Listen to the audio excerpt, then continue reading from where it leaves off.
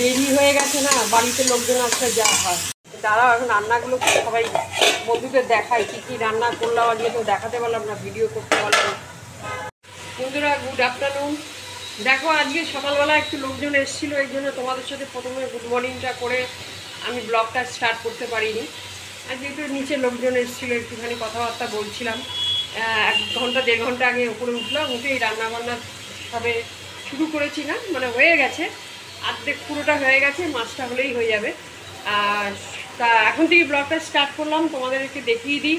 আজকে সকাল থেকে করতে পারিনি, সরি, তোমাদেরকে আমি আগে জানিয়ে দিলাম। এই জন্য আমি এখন মাছের ঝোলটা করব, আর কি কি রান্না করেছি আজকে সেটা তোমাদের সাথে শেয়ার করব।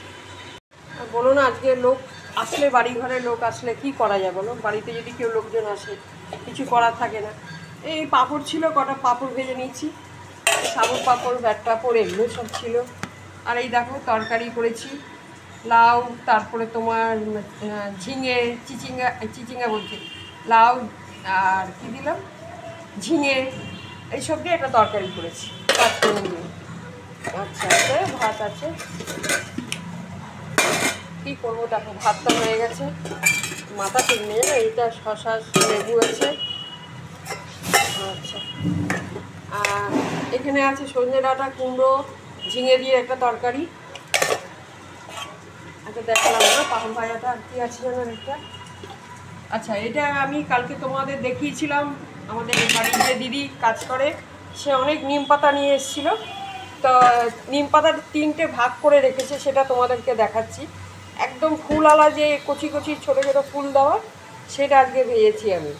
এটা আলু দিয়ে ভেজেছি, কেন আমাদের বাড়িতে বেগুন খুব একটা পছন্দ করে না। হ্যাঁ, এটা করেছি। আর এখন এই মাছের ঝোল করছি, পেঁয়াজ দিয়ে, টমেটো দিয়ে। মাছগুলো একটু ভেঙে গেছে, সেই জন্য তোমাদেরকে দেখালাম। তাও দেখালাম, আমার তো তোমরা ফ্যামিলির মতন, তোমাদেরকে সব কিছুই দেখাতে পারি আমি, ভালোটাও দেখাতে পারি, কিছু খারাপও হয়ে গেলে দেখাতে পারি। এই মাছের ঝোলটা আমি একটু পেঁয়াজ, কাঁচা লঙ্কা, টমেটো, একটুখানি তোমার জিরের গুঁড়ো, ধনের গুঁড়ো দিয়ে করছি।